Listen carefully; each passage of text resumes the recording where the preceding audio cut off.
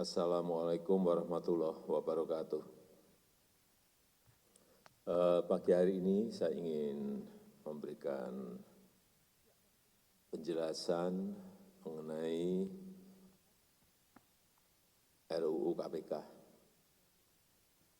supaya diketahui bahwa RUU KPK yang sedang dibahas di DPR ini adalah RUU usul inisiatif DPR. Saya telah mempelajari dan saya mengikuti secara serius seluruh masukan-masukan yang diberikan dari masyarakat, dari para pegiat korupsi, anti korupsi, para dosen dan para mahasiswa, dan juga masukan dari para tokoh-tokoh bangsa yang menemui saya. Karena itu ketika ada inisiatif DPR untuk mengajukan RUU KPK, maka tugas pemerintah adalah meresponnya, menyiapkan DIM, daftar isian masalah, dan menugaskan menteri untuk mewakili presiden dalam pembahasan dengan DPR.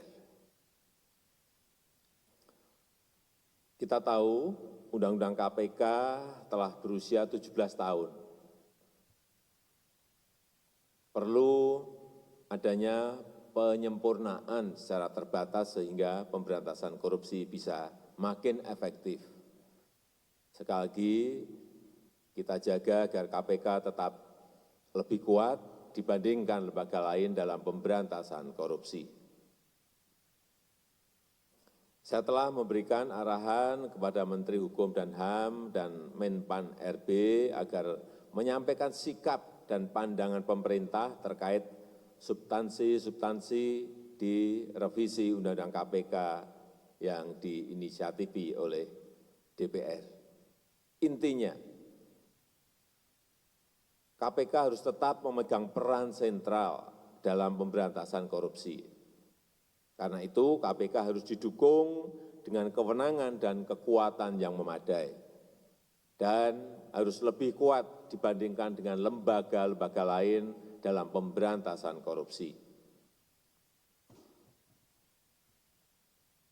Saya tidak setuju terhadap beberapa substansi RUU inisiatif DPR ini yang berpotensi mengurangi efektivitas tugas KPK. Yang pertama, saya tidak setuju jika KPK harus memperoleh izin dari pihak eksternal untuk melakukan penyadapan. Misalnya harus izin ke pengadilan. Tidak. KPK cukup memperoleh izin internal dari Dewan Pengawas untuk menjaga kerahasiaan. Yang kedua, saya juga tidak setuju penyelidik dan penyidik KPK hanya berasal dari kepolisian dan kejaksaan saja. Penyelidik dan penyidik KPK bisa juga berasal dari unsur ASN, aparatur sipil negara, yang diangkat dari pegawai KPK maupun instansi pemerintah lainnya. Tentu saja harus melalui prosedur rekrutmen yang benar. Yang ketiga, saya juga tidak setuju bahwa KPK wajib berkoordinasi dengan Kejaksaan Agung dalam penuntutan. Karena sistem penuntutan yang berjalan saat ini sudah baik, sehingga tidak perlu diubah lagi. Yang keempat, saya juga tidak setuju perihal pengelolaan LHKPN yang dikeluarkan dari KPK, diberikan kepada kementerian atau lembaga lain. Tidak, saya tidak setuju. Saya minta LHKPN tetap diurus oleh KPK sebagaimana yang telah berjalan selama ini. Terhadap beberapa isu lain,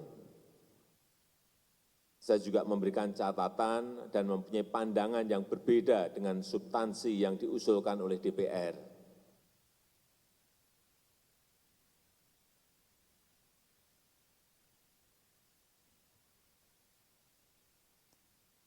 Perihal keberadaan Dewan Pengawas, ini memang perlu, karena semua lembaga negara,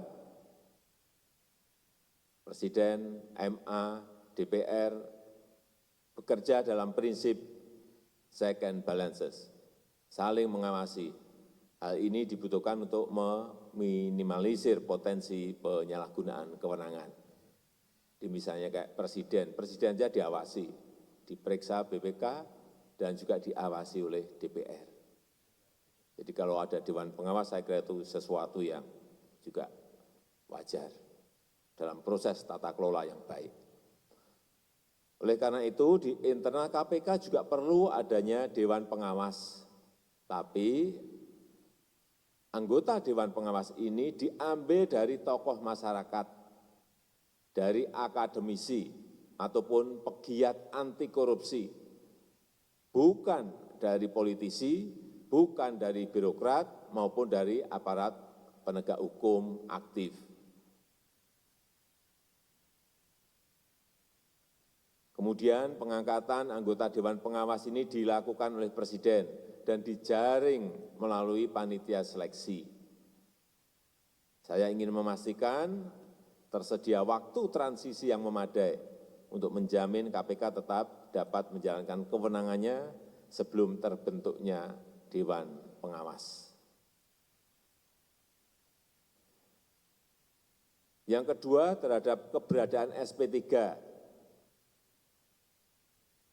Hal ini juga diperlukan, sebab penegakan hukum juga harus tetap menjamin prinsip-prinsip perlindungan HAM, hak asasi manusia, dan juga untuk memberikan kepastian hukum.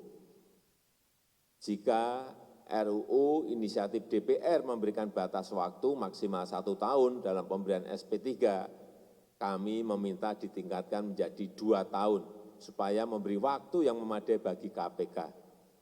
Yang penting, ada kewenangan KPK untuk memberikan SP3 yang bisa digunakan ataupun tidak digunakan.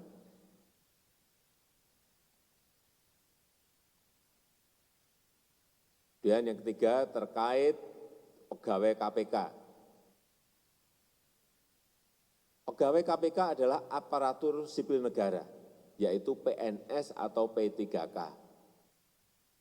Hal ini juga terjadi di lembaga-lembaga lainnya yang mandiri, seperti MA, MK, dan juga lembaga-lembaga independen lainnya seperti KPU, Bawaslu. Tapi saya menekankan agar implementasinya perlu masa transisi yang memadai dan dijalankan dengan penuh kehati-hatian. Penyelidik dan penyidik KPK yang ada saat ini masih tetap menjabat dan tentunya mengikuti proses transisi menjadi ASN. Saya berharap semua pihak bisa membicarakan isu-isu ini dengan jernih, dengan objektif, tanpa prasangka-prasangka yang berlebihan. Saya tidak ada kompromi dalam pemberantasan korupsi karena korupsi memang musuh kita bersama. Dan saya ingin KPK mempunyai peran sentral dalam pemberantasan korupsi di negara kita, yang mempunyai kewenangan lebih kuat dibandingkan lembaga-lembaga lain dalam pemberantasan korupsi. Saya rasa itu yang bisa saya sampaikan. Terima kasih. Wassalamualaikum warahmatullahi wabarakatuh.